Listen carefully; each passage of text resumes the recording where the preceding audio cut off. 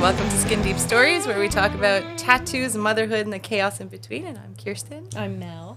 And so we did a little personal history on you. Yep. Just kind of giving you guys a bit of an insight into who we are and some of the experiences we've had. And Our plan was to do kind of both of our histories in one episode, but obviously it's hard to cram like an entire lifetime, and I feel like I didn't even go that deep into, we can just go on and superficial. And as we do more of these, people are going to get to know us and our stories and our experience a little bit more, but we kind of wanted to, in the first, like we're just starting this, but give everyone a little bit of an insight into just us. And yeah, and hopefully you all stick around to keep watching and, get to know us more and... Yeah, and it's just to talk about ourselves. Yeah, exactly. I mean, So yeah, we did my history and kind of like what led me to where I am now. And do you want to jump in and start? So I was born on a cold December day. I actually was. So between Christmas and New Year's. Yep. So I'm right in that little Christmas sweet spot where everyone is broke. There's always a snowstorm and yeah. Come to my birthday. Yeah. All right. So I'm going to start really young, because some of the stuff that led me to the type of tattoos I get and who I am started really little for me. I started swimming really, really young. So I was 4 years old when I first started swimming, and that was kind of thanks to my mom, because she had a fear of water and she didn't want me to have that fear. Like swimming lessons? Swimming lessons, yeah. The old Red Cross program with the colors, the red, yellow, orange, Mm-hmm. And so my introduction to water has set an underlying tone for basically the rest of my life in every other capacity. So I think that's where I'm going to start. So I started swimming lessons at 4. By 5.5, I had completed all of them, and they didn't know what to do with me. Usually it takes till like how long? Like 6, 7 years old, Wow. Okay. But I went straight through, but to the point that at 5.5, they decided to let me do the lifeguard courses, which were technically only for 13, 14-year-olds. So you are part mermaid. I must have been part fish at some point. So at 5.5, they let me do bronze med, bronze cross, which I was in a class with 4 13-year-old boys towing them across the pool and learning CPR. So I was 5.5. And then I completed all of those and passed them, but I couldn't technically get the certificate because I wasn't 13, and you can't hire a 5.5-year-old to be a lifeguard. Yeah. So my mom was like, well, what do we do with her? Like, she's obviously a What's fish. the next step? Yeah. So they put me in synchronized swimming. And I did 3 weeks of synchronized swimming lessons at DDO, and within those 3 weeks, they're like, she needs to be on a competitive team. Wow. So by 6, I was on a competitive synchronized swimming team. I didn't even know that 6-year-olds could do that. You start. Yeah. So provincials and local competitions and stuff, but I started competing and swimming very, very young. That's wild. And I did that for a very long time. How like a child can even learn how to like hold themselves underwater like that. For some reason, I understood water. I understood the physics of water. I understood how to move in water. I still, my favorite place is just be at the bottom of a deep end of the pool. So I did free diving last year for the first time, like official free diving. Been scuba diving, but all of that led into kind of the next chapters of my life. So I competed for a long time, all the way up until high school. In high school, it was getting to be too much. The hours of training, we were competing at a national level. I'd been to Canadian Nationals a couple of times. And so it was morning practices and 30 hours a week. It was just getting to be, in the pool. It was just getting to be too much carrying high school course load. So I stepped away from synchro and I joined the dance program in my high school. Remember, I had asked you if you had art, and I'm like, I didn't have art classes in high school. I took dance. And so we had an amazing dance program at my high school. We didn't have dance. Yes, it was one of these that it was one like teacher. Drama, but no. Yeah, dance program, and it was a big program. So it was Vicky Marianthus who ran this program, and we ended up performing at Place des Arts. We ended up touring. What kind of dance, or all kinds? So it was ballet, modern, jazz, contemporary. Then as it got a bit older, hip hop started coming into it. We had tap. You could choose. Kinds. So it was cool. There was the dance program ran in the school. So you'd have like French, math, dance, English. And then there were after-school courses or classes that you could take. So you could take ballet, which was like bar. You could take modern. She had all guest teachers coming in after school to do these after-school dance classes. That's awesome. And then what high school did you go to? Lauren Hill Academy. Okay. And so after we would do the classes, there was one group called The Troop, which was, I think we were 10 girls, 8 to 10 girls. You had to audition for it. And out of everyone in the program, you had to audition for it. And this was the group that toured elementary schools. We went to Toronto. We got to take classes at Isadora Duncan and Alvin Ailey's studios. And so synchro translated. So creativity and just performance and that kind of stuff always ran. There's a thread that runs through my life of creativity in the arts, and so whether it was performing arts but I never took an art class. I had one art class in grade 7. As far as like painting, as far as drawing, painting, whatever. like on paper, but on the side, I realize now my entire family is incredibly creative. My dad did drawing and photography. My grandfather did stained glass and decoupage. My grandmother did needlepoint. So you've just always been surrounded by creative people or creative types. But you're also academic. Like, you were a good student. Yeah. I like school. I'm a big nerd. Yeah. So like, you were trying to do both, and like, and I'm sure you did excel at both. So in high school, I was 70, 80 student. Like I was your average. I wasn't excelling like my kids are now. Yeah. I was I could get by a couple classes a little harder than others, but for the most part I did pretty good. Once I hit CEGEP. Okay, so CEGEP. So we hit CEGEP. I went into communications program at Vanier, which was like creative arts. Mm-hmm. And that's when I started going back into the swimming again. So this has been my life. It's been, so I went into communications, met some really cool people who I'm still friends with today. That's where I started doing some art classes, mostly loved the photography classes. Yeah, you take great pictures. Did some basic art classes, some theater classes, loved it. But during that same time, I was working at their camp, so the day camp, right? So Vanier College Super Camp. And I was teaching gymnastics, which was funny because it was one I had never done, but I was the animator for gymnastics. But it's like dance, right? For sure. But they offered the lifeguard courses, which I had done at 5.5, but like now coming back. So I did all my lifeguard courses, and I went headfirst into lifeguarding. I did bronze med, bronze cross, nationals. Then I went into the higher ones where we used to have aquatic emergency care, and then you had LS instructor. So you started becoming a teacher. So you got to teach the classes. So I went all the way up through to national lifeguard instructor. So I was one of the instructors. Wow. And so back in the water I went, and I ended up working as a lifeguard for many, many years. Wow. And I loved it. And what I loved about it was the teaching. And I loved the first aid, and I loved the swimming lessons. And it was kind of my first taste of the teaching component, which influenced yet another chapter of my life. But during that time, I started to wonder if I wanted to go into the sciences. I wondered if I wanted, so after communication. Interesting. Yeah. Well, I've done this back in, Yeah. like, it's like dual, right? Yeah. So I wondered if I wanted to go back into the sciences. So I had done communications at Vanier. I had started at Concordia in applied human sciences and like human relations kind of stuff, but it wasn't a fit. Kind of like you, where it just, I wasn't happy in that program, and it wasn't because it was a bad program. You knew right away.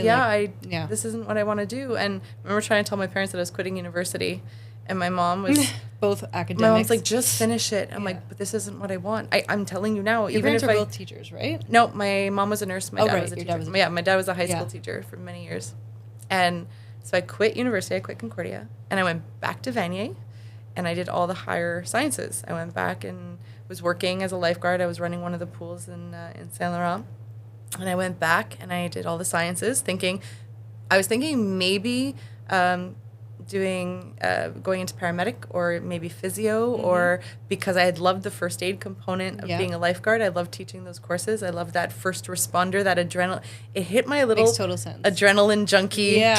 Yeah. And you thrive under like pressure. Oh yeah. If there's a massive disaster right now, I will be calm as a cucumber. Yeah. But if I have to call and make a dentist appointment, I have anxiety for 3 days. Like it's weird. But because you're not it's for you. You're not helping other people. Yeah. You want to help other people. I can thrive in chaos like that and be like car accidents. I'm good. It's fine. It's after where it's like yeah, exactly. What the fuck just happened? Yeah. But I love those little. I think I need that adrenaline kick. That thing that makes you feel. So now we're kind of flip-flopping, but so college, university back to college, still trying to figure out what I want to do with my life, still trying to figure out who I am, and it's always this balance between art and science. Yeah. But what was like, just to talk about your home life at the time, like were your parents still together when you were? My parents stayed together right up until my mom passed. So, yeah, my parents were also a second marriage, right? Okay. So it's true. Yeah, my parents were a second marriage, but yeah, they were together my whole life and happy household. So, it's hard to not yes go into and no. Yes and no. So, my mom, kind of like my mom had a very severe back injury when she was 23. Had multiple surgeries, with multiple complications. Every surgery she had, there were complications. And when I was in grade 10, kind of like when you were in grade 10, my mom went in for a pretty major surgery where they tried to get through the scar tissue in her spine, and it took 7 hours on the operating room table, and they couldn't get to her spine. Oh my so God. They woke her up, and they said, okay, we're going through your stomach to get to your spine. Oh my I think that was her 13th or 14th spinal surgery, like from the time she was 23 till that point. So when I was in high school, she was going through major spinal surgery again. She was on all sorts of medications. Like it was the opioid. That was when the opioid push was. Yeah. So she came out of that. So after the second surgery in that same week, and they went through her stomach to get to her spine, they were putting in metal rods to hold. She had a fusion that had fallen apart. She had bone rubbing on bone. There was all sorts of stuff. Yeah. They also paralyzed a vocal cord in that surgery, so she couldn't speak. She could speak with only a whisper. Mm. And then the medications. They just threw medication and painkiller, and she ended up on one medication that changed her personality completely, which has since been pulled from the market, which is no longer offered because it created so much neurological damage. Didn't tell you that could happen? Well, no one knew it back then. It was one of the, this is a great drug for pain. We push it on the market, and so during that time, so my high school, 15, 16, that's 17-year-old. How old were you? Okay, so like same as me when my mom got sick. Yeah. Like, that's like you're like coming of age as a woman. I have a split memory of my mom, like younger, super generous, super caring, came to every competition, sewed every sequin on my bathing suit. She was still dealing with chronic pain, so there were still, frustration, exhaustion, that kind of stuff. But then after this medication, there was a completely different version of her that I almost didn't recognize. But it's at the time where you're a teenager too, so is it reacting to, am I being like that bad of a I really wasn't a bad teenager. Like I didn't get in trouble. I didn't, I had good grades. I had my sports. Wasn't you? I was not, I was not running the streets. But that was a very, very difficult time period for her, for us, for the family. I remember my mom and dad fighting a lot during that. But I was just curious. Yeah, no, it's okay. But it definitely influences who we become as adults and who we become as parents. So during that time, I think I told one of my first tattoo story where I'm like, I'm just leaving the province. Yeah, so that gives us a little picture. A little insight. But so you're in CEGEP, you're studying. Yeah, so when I come home to say I'm quitting university, and I'm still living at home. Oh, right. So I'm still living at home. So the rule in my house was always either you're in school full-time or you're working full-time. If you're in school full-time, we got you. You're covered. But if you're working full-time, then you start paying into the house, which I actually think is brilliant. Didn't like it at the time, but it's brilliant now because it makes you start to think. Especially nowadays when things are, everything's so expensive. Yeah. So I quit, and I wasn't sure what I wanted to do. I really wasn't sure what I wanted to do with my life. I was in that in-between point, and there's a point from when I was about 16-ish, 15, 16-ish in there, where I started battling depression. And again, a lot of things happening, right? Quit synchro, gained a lot of weight, dealt with some eating disorder issues throughout high school. Then your mom is not really your mom. I didn't even talk about that with mine, but we're on the same page with that too. Yeah, we're going to go deeper into mental health, so we'll touch a little bit more on that. But during all of that time period, so let's say from 15 to 20, is this really weird coming of age with so many things happening, so many changes. Who do I want to be? Where do I want to go? What do I want to do? The pressure to know what you're going to be when you grow up. And you didn't rebel, really. Not until later. Yeah. That was later. Yeah. That was later. I think that was later. But during that time, when I quit Concordia, I went back to Vanny, was doing night classes and working. I loved the first aid. I loved that kind of stuff. And I got the opportunity to work at the hospital. And so my mom having been a nurse, in high school, I'd volunteered at Mount Sinai Hospital in palliative care and long-term care, which also very much shaped the way I lived my life. But I don't want to go too into depth about that, but we used to sit with patients either in long-term or palliative, where it's the last couple of weeks of their life. And we were teenagers, but hearing end-of-life stories made me realize that I wanted to live backward. I kept looking at my life as when I end up in that chair or in that bed at some point, which we all will, what are the stories I want to have to tell? Wow. So it's amazing as a teen that you were doing that. Yeah.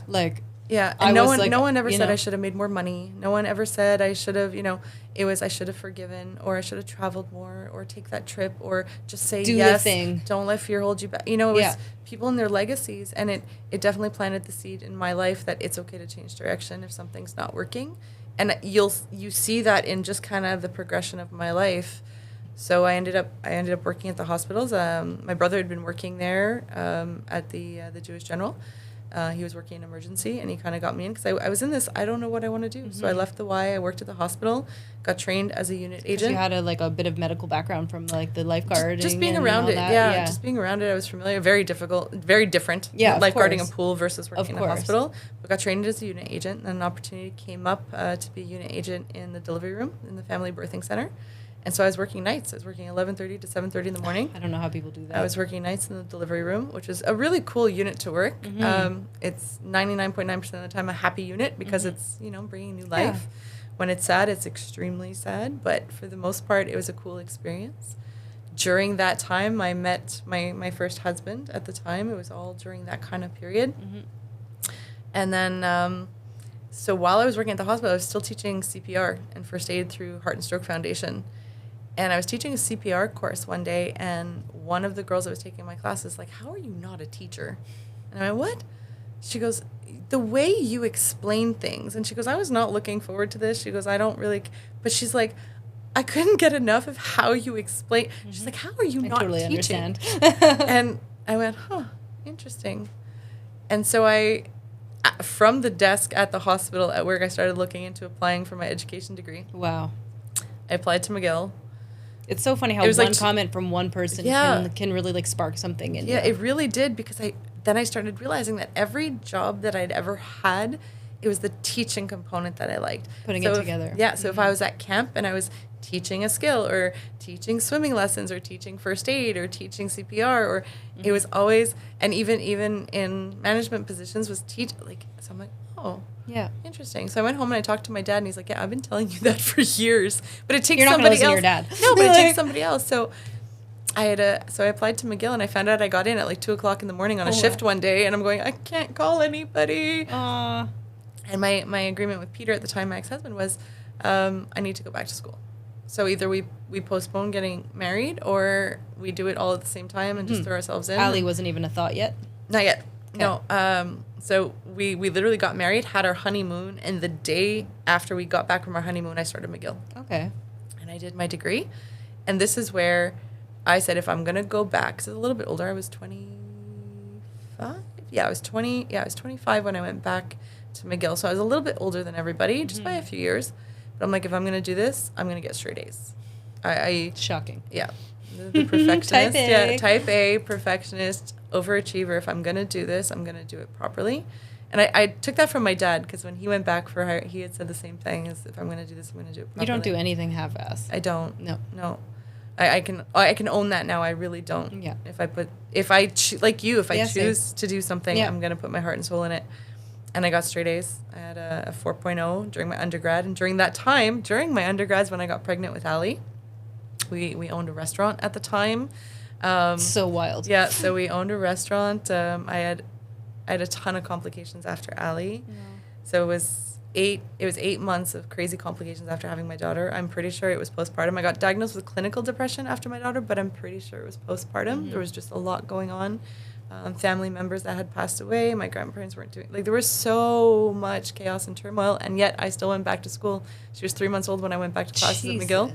And I was literally going to the CLSC for treatment, going home, feeding her, spending time, going to McGill, doing the class, coming back, going to the CLSC, getting treated. Insane. And I look back now going, how? You just do it. You just do it. You're like on autopilot, mommy, like. Yeah. And I still kept a 4.0 during that time. I still have no idea how I did that. Tells you a lot. Yeah. So got my degree, started teaching. I was teaching elementary at the time, and I was doing an art project with a group of grade 4 kids. Oh my gosh. And the principal comes in, and she's like, there's a job opening at the high school for an art teacher. She's like, you should really consider it. I'm like, it's high school. I'm like, I'll think about it, but I'm mean. I'm like, there's something intimidating about teaching high school students. I don't even like walking by a group of high school students. It can be intimidating. Yeah. And I'm like, I'm good with my little grade 1s and grade 4s. Yeah. And she comes back at recess. She goes, you have an interview this afternoon. I'm like, I didn't even say yes. She's like, take the afternoon off, go home, breathe, and go to the interview. And I'm going, okay. I felt like I had no choice. Like, yeah, obviously. She's like, I booked it for you. You're going. Yeah. She saw something. She knew you'd be a perfect fit. She saw something in me. And so I walk in, and I remember it was Richard Mason, who took a chance on me that, again, there's certain people that just change. And I walked in for this I'm saying interview. I come with my portfolio and I come with my CV. He's like, so I got told that if I don't hire you, I'm a moron. I'm like, I don't know what. Like a scene from a movie. I don't know what to say to that. He's like, can you start tomorrow? Like, what about my grade 4s? Do you want to see any? He's like, nope. I'm like, can you give me a couple days? So is this like mid-school year? Yeah. Okay. Yeah, it was in April. Okay. And so they'd been looking for an art teacher. So one of the teachers had gone on leave, and so the principal at the elementary is like, no, this is where you need to be. This is perfect. And so tied up a few loose ends. And that conversation with him changed your like hesitancy? I was terrified. Okay. I was absolutely terrified. Okay. I'm like, what is happening? You still didn't think it was maybe the right thing, or? No, it's just, okay, I have my degree in elementary. This is high school. This is a whole other beast. But it's arts, right? It's arts. And so the chance to teach art, which had been, again, that thread throughout everything, like doing the drawing, the painting, all that kind of stuff. So I took a chance, and it just felt right, even though I was terrified. I was terrified. And I remember going home going, so I got But it wasn't like this is wrong. It was like a good positive. One of those where you're excited, but you're nervous. Kind of the same feeling you get when you're about to get tattooed. Yeah. And I jumped in, and I didn't look back. 12 years of teaching, taught art. 90% was art, and then there was drama and science in there that I taught as well. And I was a teacher forever. Never thought I would give up teaching. It was just, I went back and did my master's during that time as well. So I went back to school when my kids were little, and education was, I really wanted to have the ripple effects in education, because when I asked myself, how can we make a difference in the world? To me, the answer always came back to education. Yeah. Was if you can inspire someone or light a fire in someone or have a conversation with someone, how far those ripple effects can go out. And I looked at curriculum, and so I did my master's basically in curriculum design and looking at why are we focusing so much on kids' weaknesses as opposed to their strengths. Like when you have a kid that's just incredibly great at maths, but guess what? They can't draw a stick figure. Yeah. Why are they spending so much of their time on their weaknesses as opposed to let's support their strengths? So that was where my passion was, and I got to work with some incredible people in the schools that I worked with. I mean, we've all have horror stories about teachers, but we also have amazing stories about teachers. Yeah. But I feel like there was a collection of them in the school that I got to work with, where it was people who would give of themselves, their time, their after school, the big projects, the trips, the hands-on, the people who were in it for the right reasons. I kept going back to that same school, not necessarily because I loved the age level, but because the group of people that I got to work with, that I'm still friends with a lot of them today, that they are the heart and soul of what education should be. And I miss them terribly. I do. I miss the people terribly. You still have a lot of them in your life. Yeah, I still see it. Yeah. We still do brunches and we still do chats. Yeah. But it's funny because now when they're talking about all the stuff at school, I'm like, sorry, all the stress. No one's throwing erasers in my studio. Yeah. Like, I don't For sure. But, so during that time, that's when you started getting tattooed by Robin. So what happened is, okay, my goodness, I've got a long life. So during that time, my mom passed away the first summer of COVID, so 2020. So the July of 2020, my mom passed away. Just body broke down over time and after all the things she had been through. Mm-hmm. And I had been wanting to get a tattoo in honor of my grandparents as well. And now that my mom passed, I had this idea in my head. And I reached out to Robin after took my kids to the Aquadome one day to go swimming, and there was this woman across the pool with this gorgeous artwork to the point that, when artwork is visible at a distance where you can tell what it is, it's not just a black smudge. Yeah. And I'm like, her work is amazing. So once again, water connection, dove in the pool, swam across the pool, and tapped this poor stranger on the foot, and I'm like, who did your tattoo? And I'm in a pool with my kids. And she said, Robin Lebrecht. So, imagine you hadn't gone to the Aquadome that day. And it was random. See, again, I don't think these things are random. I don't. So strange. It was just, she tells me his name. I repeat his name in my head over and over while I'm playing with my kids in the water. Robin Lebrecht. And so when I finally got back to the locker, I just put it in notes in my phone. And when I reached out to him, I remember driving to the consultation, and I parked in the parking lot, and I was nervous. And I couldn't understand. Why am I so nervous? You knew somewhere inside of you that you maybe looking were back interested. Now.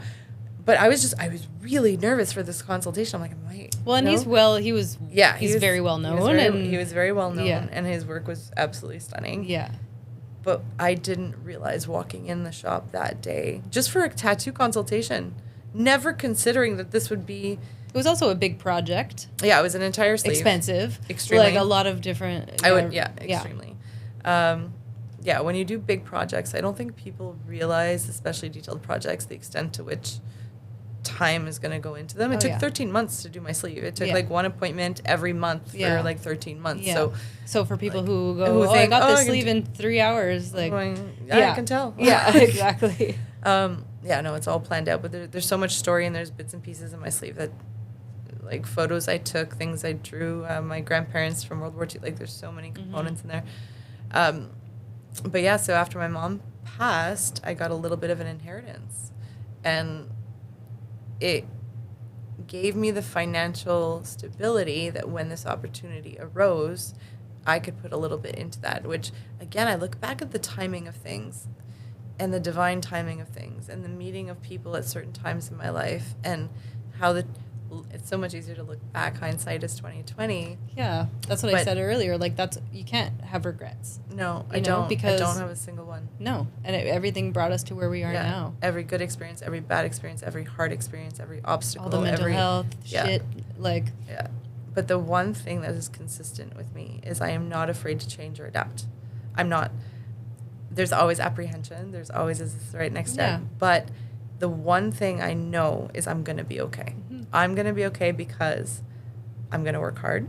I have a very strong work ethic. I have a little bit of a perfectionist streak, or type A. I'm hard on myself. Mm-hmm. So if I make a choice to change direction or take a chance on myself, I know somehow I'm going to make it work. I don't always know how, but I know somehow I'm going to make it work. And we believe, like you and I both believe, that we're, like, divinely protected in a lot of ways too. I do. And you just, I think I've got support. I think I really do believe that whether it's angels or ancestors or God, whatever it is, somebody's got my back. There you go. Spirit's got my back. Because it's what you put out, like, it's what you put out into the universe. Yeah. You're such a giving, loving soul, and, like, you just, it's true, and you get that back daily, and, like, I do. It's funny because every time I have a client leaves, I'm like, they're so nice. Yeah. I like them so much, or they were so cool, or I don't. Yeah. Well, you're a walking, like, empath, and you spread love everywhere you go. Stop getting me all gushy.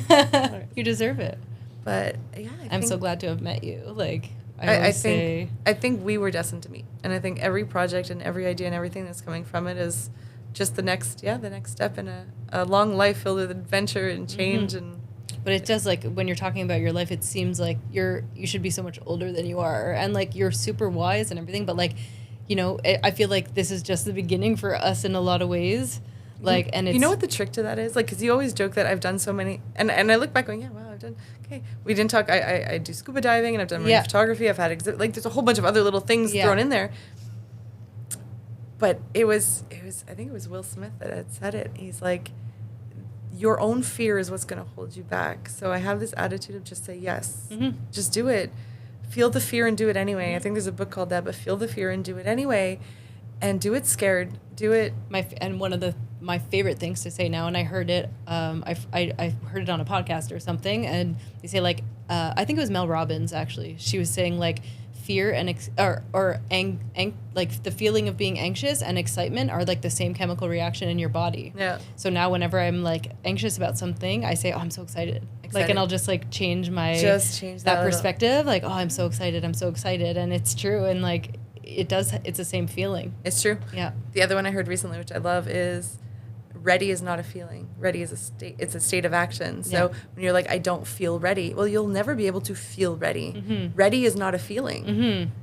Ready is a state for action. Yep. So I love that because of course we're not going to feel ready. We might, so I've started changing that in my head too, going, it's okay if I don't feel ready. It's all like a mindset I'm going to do it anyway. Yeah. So feel the fear and do it anyway. Yeah. Jump in, say yes, and it's amazing what happens. Yeah.